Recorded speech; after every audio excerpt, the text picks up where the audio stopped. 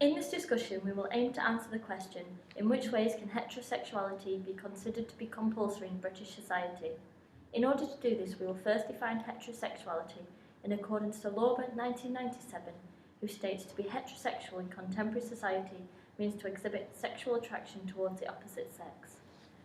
Swigonski 1996 suggests that heterosexual individuals possess a privileged status in contemporary society, which affords them unearned institutionalized entitlements and advantages, including of, yet not exclusive of, tax and insurance benefits and anti-discrimination protection in housing, employment and immigration. This status, based simply upon the sharing sexual orientation of the majority, generally reproduces a heterocentric worldview that is largely represented in dominant institutions such as the media, education, and the political agenda. For Rich 1980, the disparity of treatment of both male and female homosexuals is intrinsically linked to what Oakley 1990 believes is the patriarchal nature of contemporary society.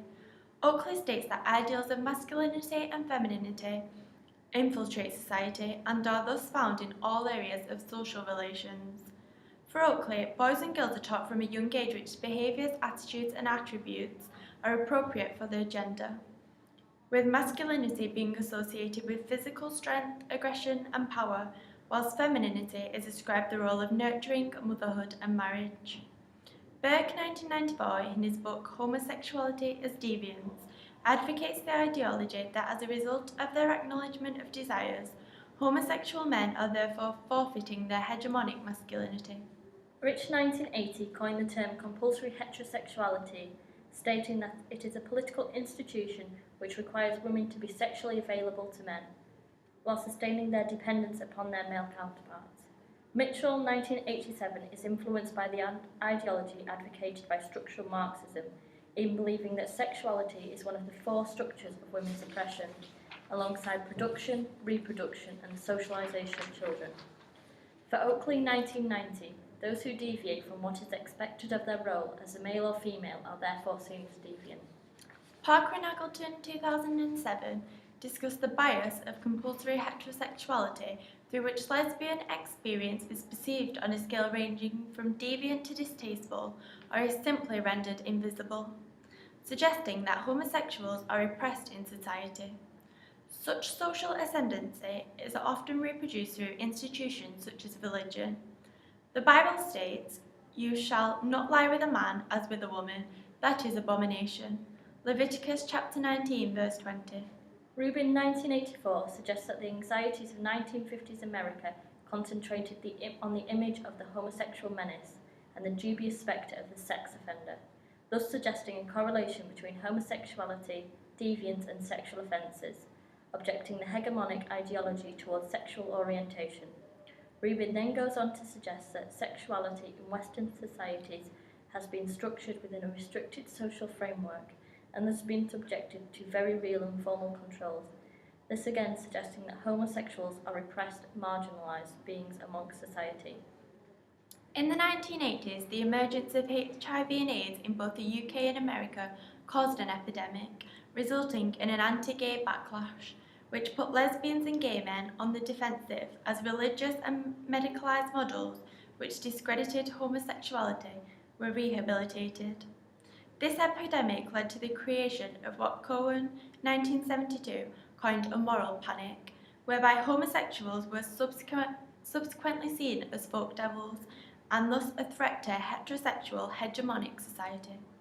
Durkheim, 1893, outlines the importance of social institutions in his book The Division of Labour Within Society.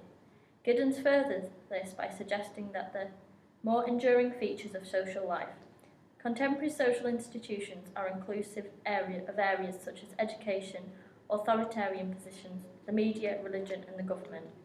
In terms of what this means for heterosexuality in Britain, Adrienne Rich, in her article Compulsory Heterosexuality and Lesbian Existence, suggests that sexuality is not chosen, rather it is forced through society, hence the term compulsory sexuality.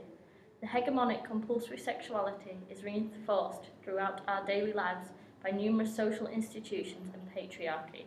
This therefore oppresses the women heterosexuality becomes the norm. Examples of this are the media depicting hegemonic heterosexual couples and religion largely condemning same-sex marriage. O'Neill, 1990, in his article, Are the Police Looking the Other Way?, states the way in which the workplace may reinforce heterosexual norms, stating that to be a policeman is such a macho job in which you have to be as manly and authoritative. Thus, it doesn't do for a policeman to come across as weak nor effeminate in the way that homosexual males are often perceived. For Foucault, homosexuals should not be treated any different to heterosexual beings. He states, "We affirm that this type of relation should not be assigned a lesser value, nor given a special status." Plummer, 1975, in his book Sexual Stigma, states that media coverage of homosexual relationships has expanded in recent years, with the number of popular television subs constructing gay characters. In addition, the wake of post-gay liberation, and more recently the emergence of lesbian and gay studies, has resulted in an ever-increasing flow of academic documentation pertaining to sexual orientation. Within contemporary Britain, homophobia is now recognised as a hate crime, suggesting a zero-tolerance approach. However, there continues to be an underreporting of homophobic incidents.